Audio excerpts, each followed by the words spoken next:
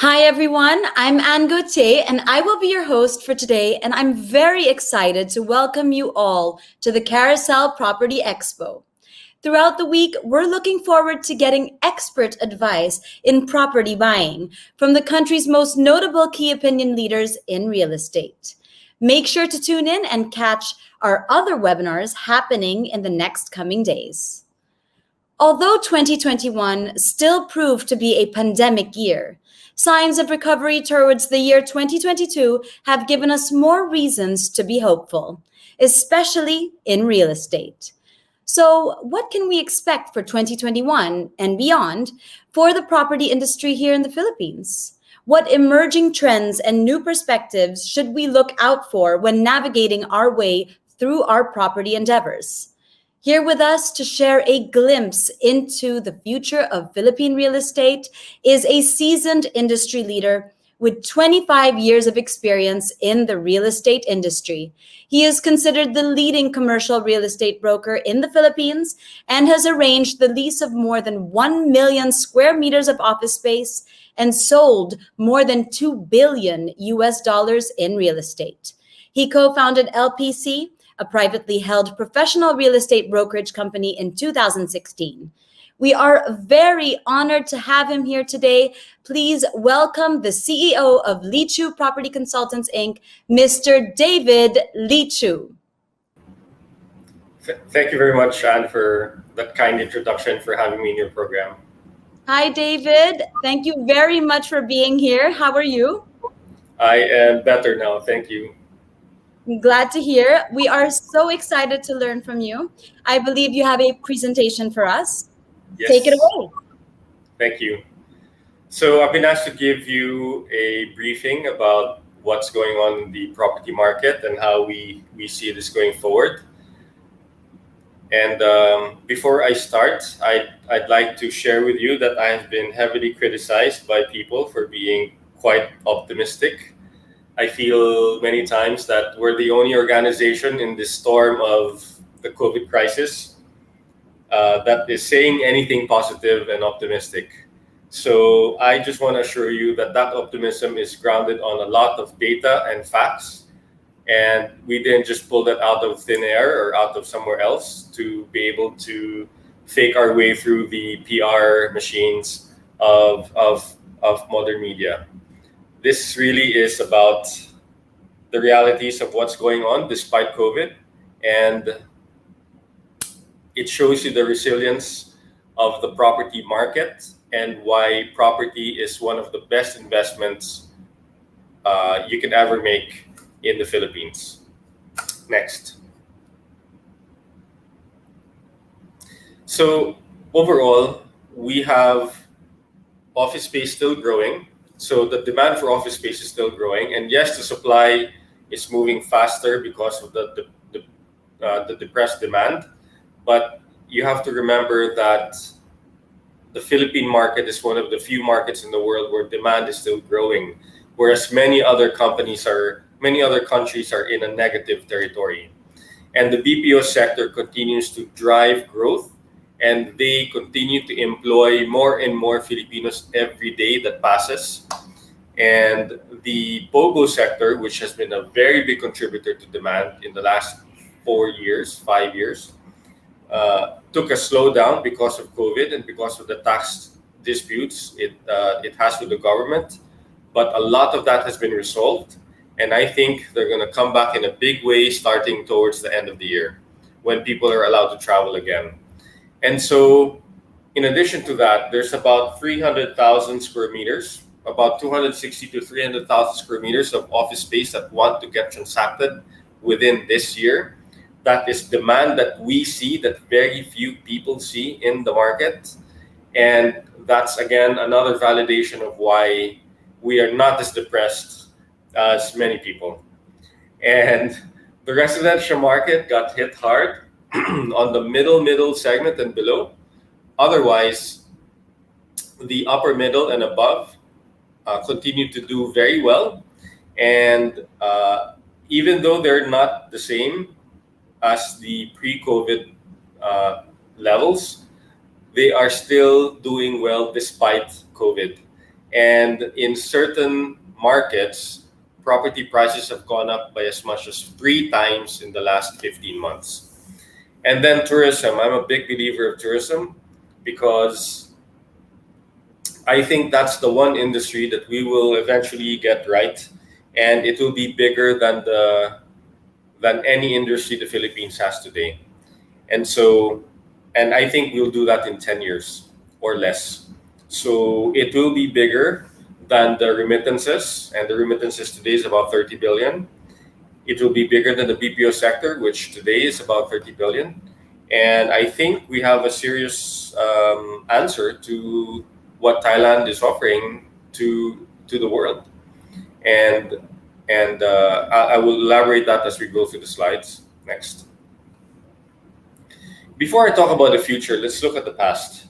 The last 20 years. This shows you the last 20 years and how this country has performed, measured by remittances, BPO jobs, cement consumption, tourism arrivals, the stock market, and per capita income. And you'll see that the per capita income has doubled in 20 years.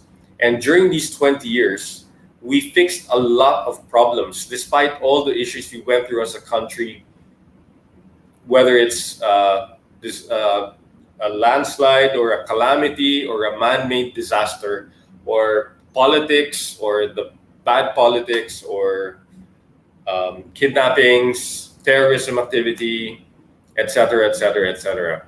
So everything has been thrown at the Philippines in the last 20 years. In fact, in the last 45 years, and we still continue to grow. That's a fact. And more wealth has been generated in the Philippines in the last 20 years. And this is what allowed us to do so well despite COVID. Things are bad in the Philippines, but it could be much worse. And COVID crisis hit us at the best shape the economy's ever been. I mean, let's not take for granted that the credit ratings continue to be upgraded even through this administration. Despite what many people say about this administration, I think they've done very well in continuing the economic reforms necessary to improve the livelihood of Filipinos and to make this country better. And because of that credit rating, a lot of money came into the Philippines, either in form of debt or investment in the stock market or investment in the property market or industry in general or power generation, etc., etc., etc. And we think that the next 20 years will be even better despite COVID. And we will recover from this COVID crisis much faster than many people think. If you have been to Poblacion just before the second lockdown, if you were in Burgos Circle, if you were in many, many places where people gather, you would not think that people cared about COVID, that there was any COVID in the first place, and that people kept going out, despite the fact that we were hitting 10,000 cases a day. And that shows you how insane people have become, locked up in the house, and they just need to see their friends again, socialize, hug people, and be able to communicate as before. And that's why I think the rebound will be much better. That's happening before the second lockdown, without any vaccines, and with 10,000 cases a day. Can you just imagine what life will be like for all of us when the vaccines are meaningfully here, when cases come down, and we are less restricted when we move? I think the recovery will be much faster than what many people think. Next. And looking back, this last 20 years economic boom produced a fantastic consumption of real estate, big demand for real estate across all sectors. We built 50 business parks in the last 20 years, and we consumed every single one of them. There's no more space in Eastwood City, no more space in Ortigas or Makati, very little open space left for development in BGC. And that's just some examples all throughout the city. where we have built and built and built real estate of all types. And that is a testament to the boom that we've been through in the last 20 years. And it's not just happening in Manila. Next slide. It's happening all over the country. And why is this important?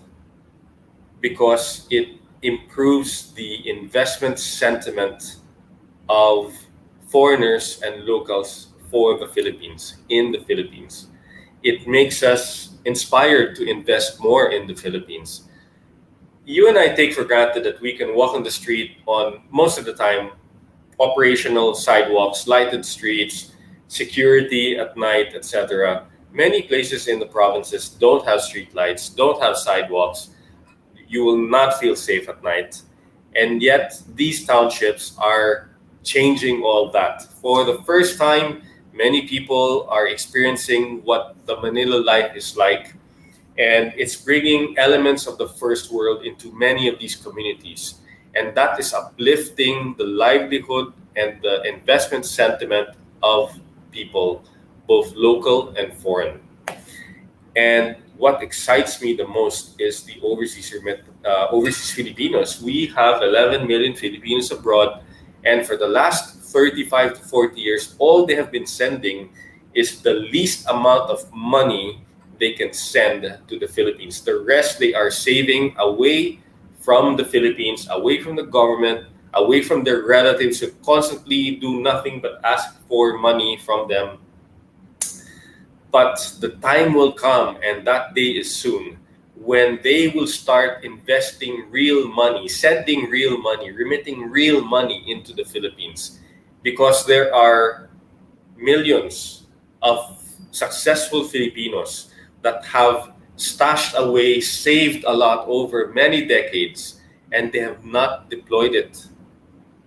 Because all over the world, things are so uncertain. But yet, here in the Philippines, we're one of the few countries in the world that continue to do well despite everything. And that time will come soon when they will invest meaningfully in the Philippines, these overseas Filipinos. You don't know the number of multimillionaires, dollar terms, that are all over the world, just waiting for things to come and improve. And when that time comes, they will invest big. They will invest.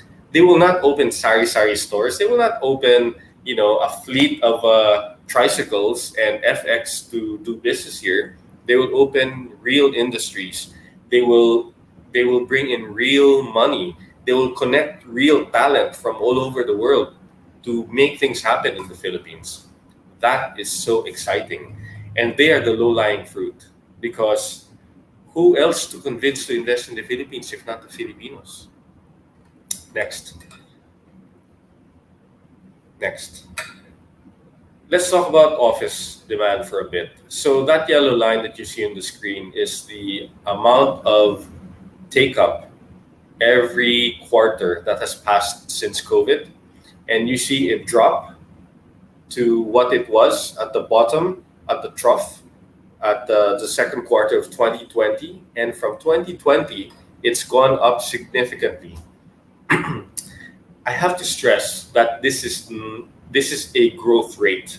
So despite that dip, the market continued to grow at a much slower pace. And every quarter that passed, more and more jobs and companies are being opened in the Philippines. And we have to thank two industries there. The Pogo industry, which had a very strong first quarter, 2020, but then it's been quiet for the last 5 quarters. And then the BPO industry, which I think will have a massive, massive comeback in the end of the year, because the BPO industry today will react to this crisis much more aggressively than any industry. As the world goes into crisis, and remember this, as the world goes into crisis, Western companies will be under more pressure to cut costs, and the only two areas where they can move cost while improving productivity would be the countries of India and Philippines. And they will do that sometime towards the year end, this year end, all the way through 2022, 2023, and beyond. As we have seen during the tech bubble in year 2000, as we have seen in the Argentinian crisis, Euro debt crisis in the mid 2000s, as we saw in the global financial crisis, etc. They moved jobs meaningfully to the Philippines to be able to cut costs and improve productivity. The Philippines has become a anti-crisis program for many companies. Prior to year 2000, nobody cared about the Philippines. We could have been washed over. God could have taken over the whole island, the whole spew of islands, washed us over, and nobody would really care. Today, the Philippines is home to thousands upon thousands of employees. We are a relevant participant in global corporations today. JP Morgan, the largest bank in the world, has their third biggest headcount in the Philippines, with about 17,000 people and growing. And what would JP Morgan be without the Philippines? Today, it becomes a relevant, meaningful part of organizations. Next. I will skip through these slides. Next. Oh, can we go back one more? And I mentioned earlier, why are we so optimistic? Because we see demand unlike anybody else. We can see the pipeline of how many people are asking for space, how many want to do a deal, meaningfully, seriously want to do deals. And there's quite a lot of them. Next. Next. A lot of people think that retail is dead, and yet it continues. If we look back last year, the BPO industry continued to grow, and we think it will keep doing so even more aggressively towards the year end, all the way through the next 5 years. And they penetrated through so many geographies in the Philippines, most notably in Iloilo. I have to congratulate the leaders who have made Iloilo what it is today, an effort that took 15, 20 years. And Iloilo has really transformed more than any other geography outside of Manila. Iloilo is the most transformed. With the cooperation of the local government, national government, and the Iloilo Economic Development Council and Mayor Treñas and the local businesses working hand in hand to build infrastructure, invest in real estate, invest in job creation activities. And today, Iloilo is one of the biggest success stories ever. And they are benefiting today because so many BPOs want to go to Iloilo since 2020 and 2019, to the point where Iloilo is the biggest recipient of BPO jobs in the Philippines outside of Manila. And I bet that should inspire so many other cities to do the same. And the biggest spillover from Iloilo would be Bacolod. And I think the next transformational site will be Bacolod. Next. The BPO industry is growing.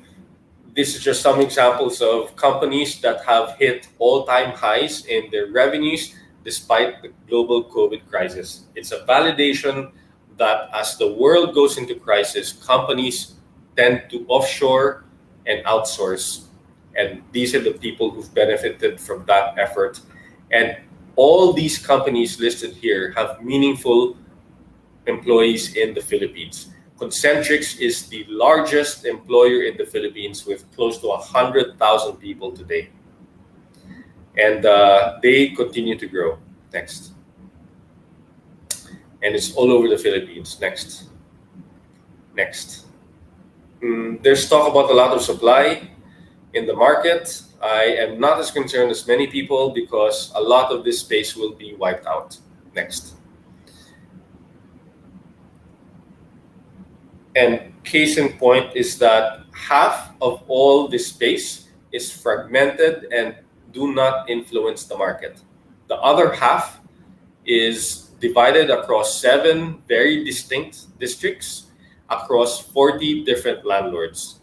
The 40, sorry, the half of this slide, which is gray, is divided across 300 buildings. Next. Next. This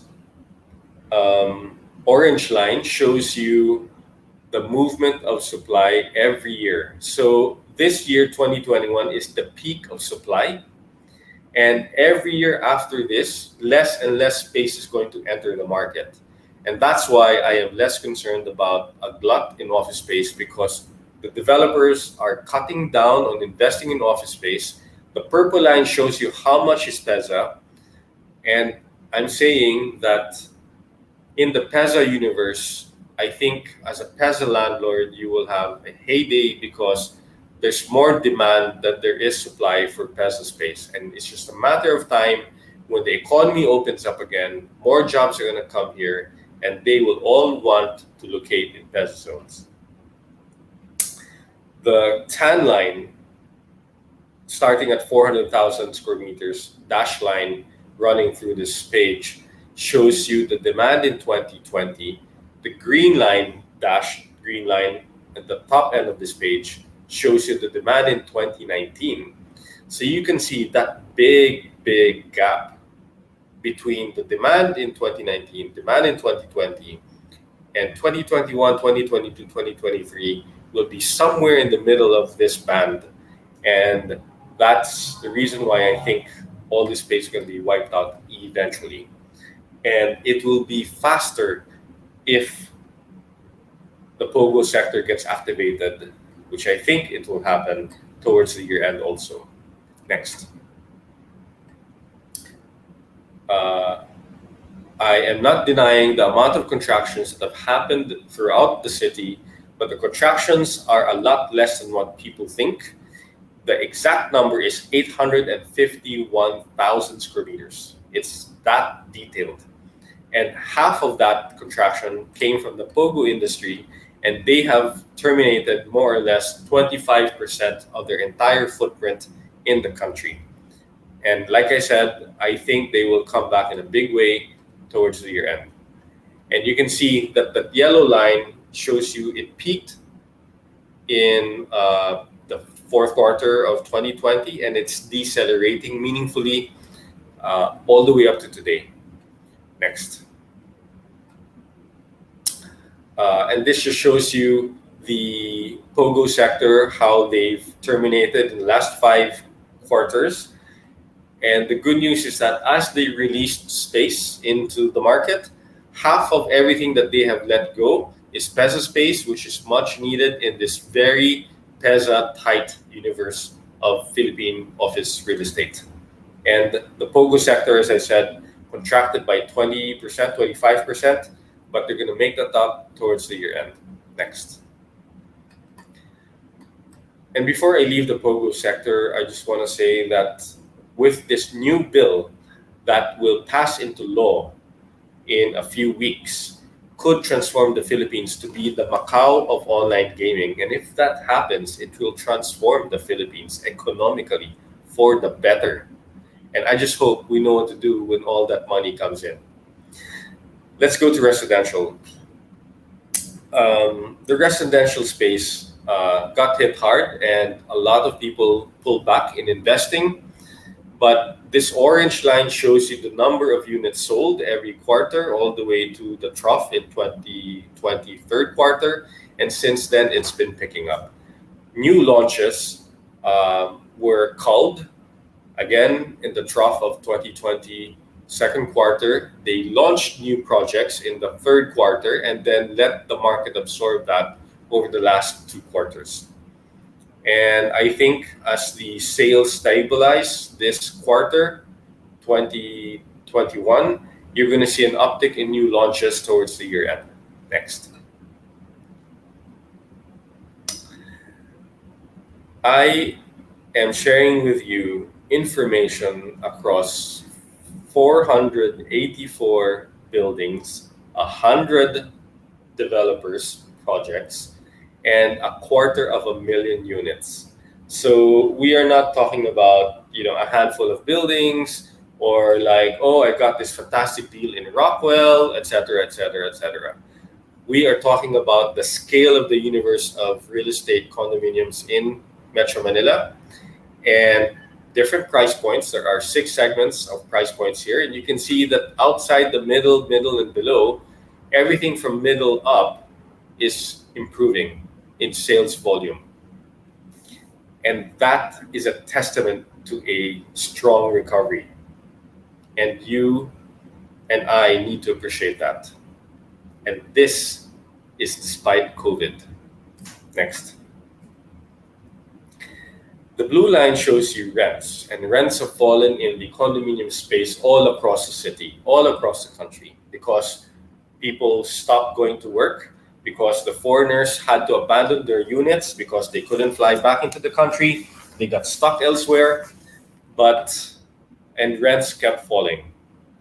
And these are some of the hardest hit locations in the Bay. You can see that it contracted by almost 30%. And yet the orange line, what does the orange line tell you? The orange line shows you prices of these units for sale. And predominantly, real estate prices have held. That means that um, value got preserved despite the fact that the economy contracted by almost 10% in year 2020. Please try to appreciate that. The economy contracted by almost 10% last year, the biggest crisis we've had in a very long time, and yet prices held where they are, and in some cases even appreciated. I mentioned earlier that there's certain markets in the Philippines that grew. Well, Ayala Alabang and many Alabang villages appreciated by 35% in the last 12, 15 months. Punta Fuego, Tali Beach, Maya Maya, Terrazas de Punta Fuego have appreciated by 300% in the last 15 months. And we're not talking about 10, 20 million peso transactions. We're talking about hundreds of millions of pesos with no debt and transactions done in a whim. And again, that shows you the testament of how deep the pockets are of people, how deep the savings rate has become here in the Philippines, and how it's being deployed in real estate. Next. And it's not just in Metro Manila. These are some projects in Laguna and Cavite, and you can see here the average growth rate of land values in some of these developments. And some of these projects were built 20 years ago, and some just 3 years ago. And you can see that the appreciation has been meaningful. It's one of the best things you could ever own. Next. I think at Viacove would be the next big kicker, because everyone's consumed all the land that they can get hold of in the Batangas Bay, and that investment horizon is going to shift to Anvaya. Next. This shows you residential in black, residential prices in black, and the overseas remittances in red. There's nothing that influences residential market as the overseas remittances. So much so that if there's a dip in remittances, the next quarter you can see a dip in prices. Every time there's an uplift in remittances, there will be an uplift in prices. And so what does interest rates do? It's an influencer down the road, about 3 to 5 quarters down the road. What does the amount of debt released to the system do? Well, it's an influence to the market, but it is a 3 to 5 quarter impact, unlike the immediate impact generated by the remittances. Next. This is how property values have behaved in the last year, 15 months throughout the city, and lows and highs. Next. Tourism. Again, I'm a big believer of tourism.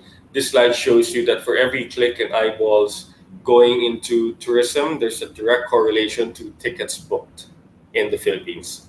So if people and foreigners click on what's happening in Bohol, what's happening in Boracay, what's happening in Puerto Princesa, there's an immediate and corresponding impact to bookings, hotel bookings. And yes, the lockdown had a dip, but you can see that there's a very strong recovery after. There's another dip in the lockdown, and we are expecting a recovery very soon. And a testament to that is how Amanpulo and Boracay and Balisin and all these other places have behaved. They really have done so well.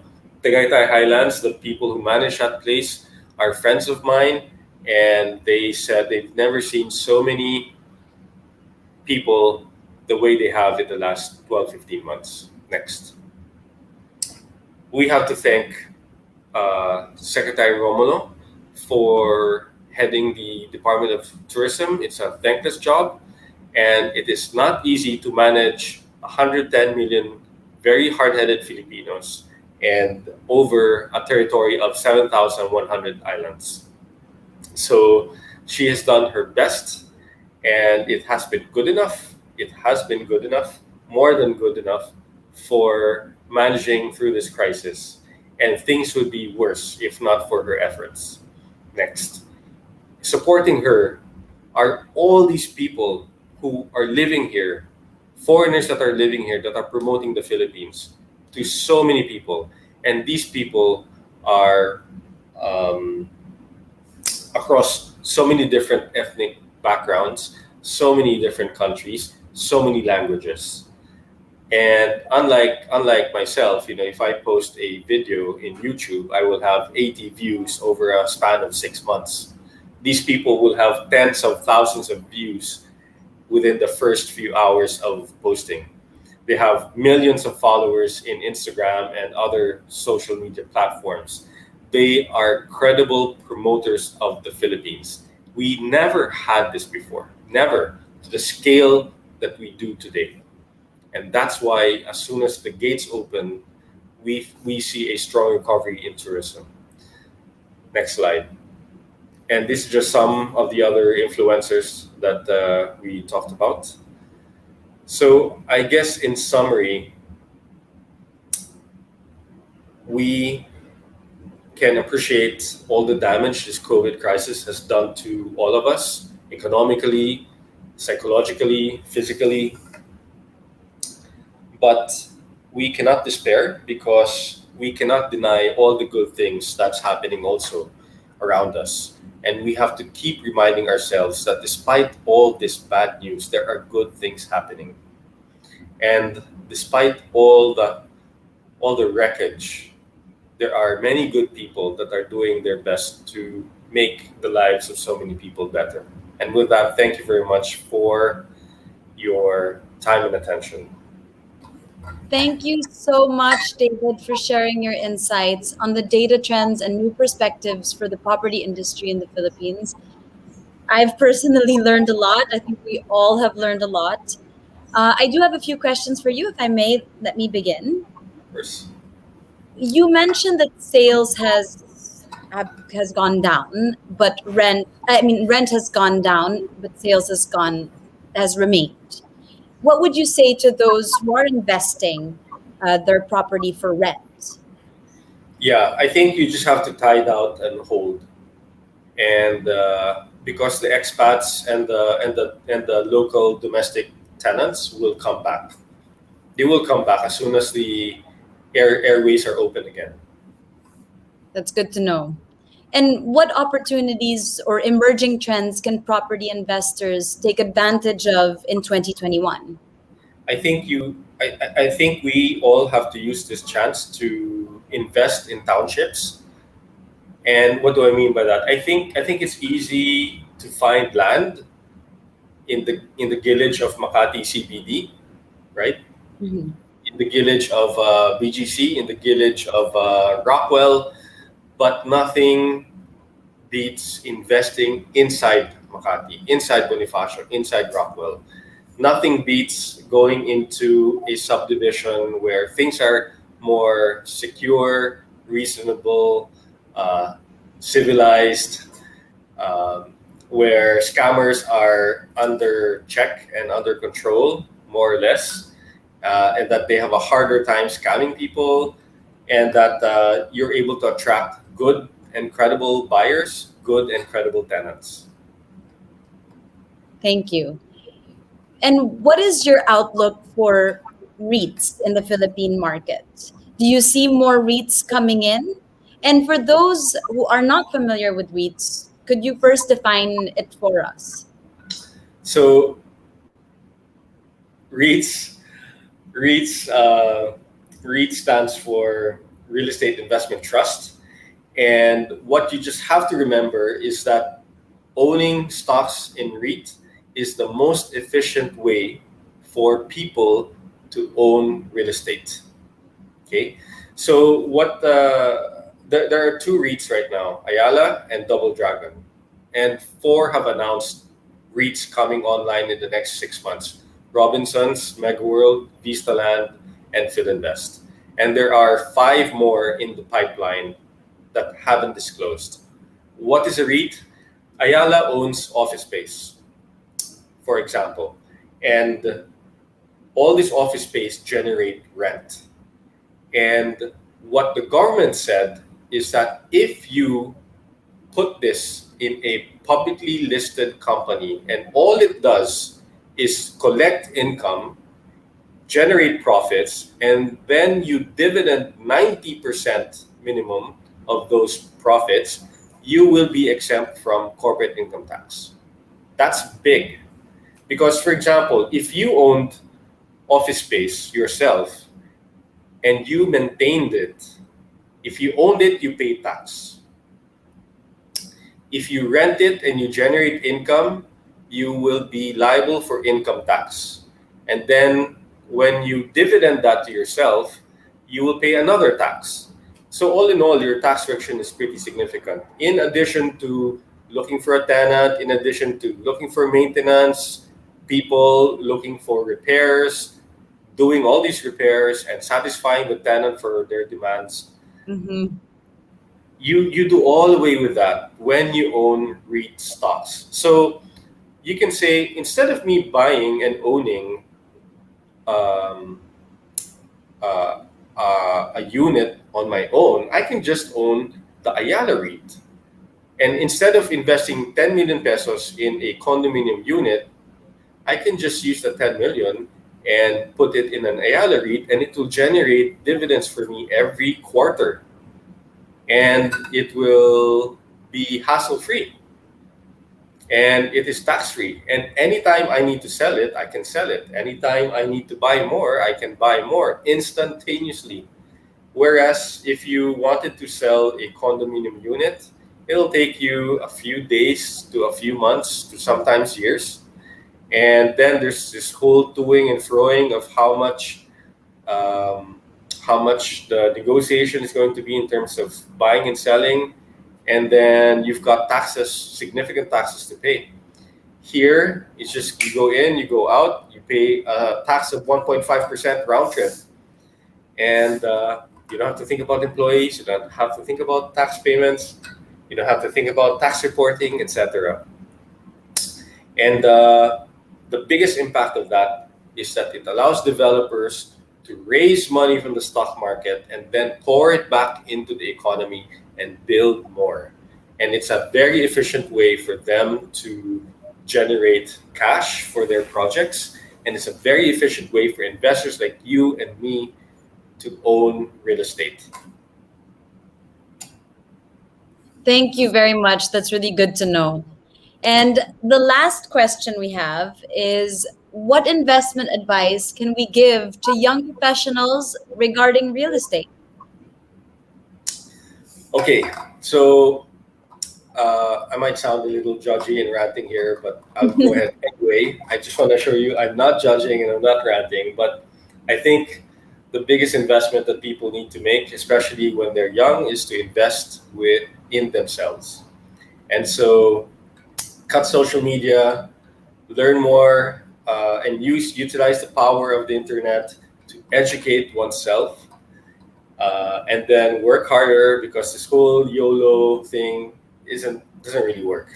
Promise. And when you work hard and you save and you don't spend on stupid things, then you can invest in your investment portfolio. And I always say, don't just look at real estate. You have to, the fastest way to generate wealth is by using the opportunities in the stock market and in the property market. Okay? The most efficient way to generate wealth is in the stock market. But it's also a very dangerous place when you think you know what you're doing, or when you don't know what you're doing. And so you just have to learn how to swim through the current in the stock market, because it is worth all that trouble. And then the problem with investing in the stock market is that it's not sexy.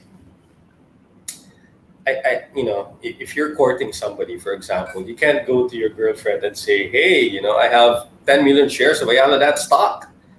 And you can't keep fanning your shares paper to people, But in addition to the stocks, you show your prospect girlfriend or boyfriend, hey, I've got this condo, it's got a gorgeous view. And I think that pretty much seals the deal most of the time, There's only so much bragging rights you can have with stocks, and people get so emotionally connected to real estate. There's a very human element to real estate that you can't find in stocks. I think in stocks, the only two human elements there that are very primal is fear and greed. And in real estate, there's a whole sense of romance and romanticism attached to owning real estate. Thank you very much. That's helpful advice for all our viewers. Thank you, David, for that in-depth presentation as well on the country's key real estate trends and perspectives for 2021 and beyond. We love your optimism. Now take a look at the next slide to see the key takeaways from this session.